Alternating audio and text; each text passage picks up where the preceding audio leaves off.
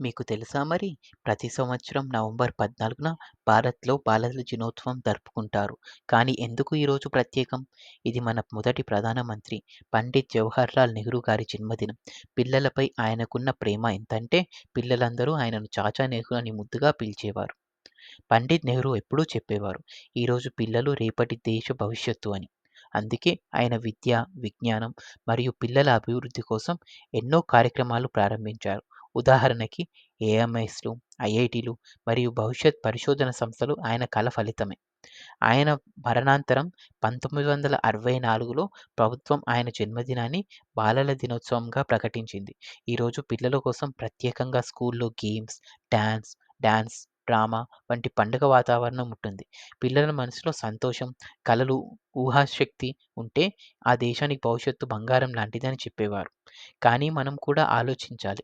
ఈరోజు ప్రతి పిల్లవాడికి సమానమైన అవకాశాలు లభిస్తున్నాయా? ఇంకా ఎన్నో పిల్లలు విద్య లేకుండా బాల కార్మికులుగా బాధపడుతున్నారు. బాలల దినోత్సవం కేవలం సెలబ్రేషన్ మాత్రమే కాదు. ప్రతి పిల్లాడు చదువుకోవాలి, ఆడుకోవాలి, కలలు కనాలి అనే బాధ్యతను మనకు గుర్తు చేస్తుంది.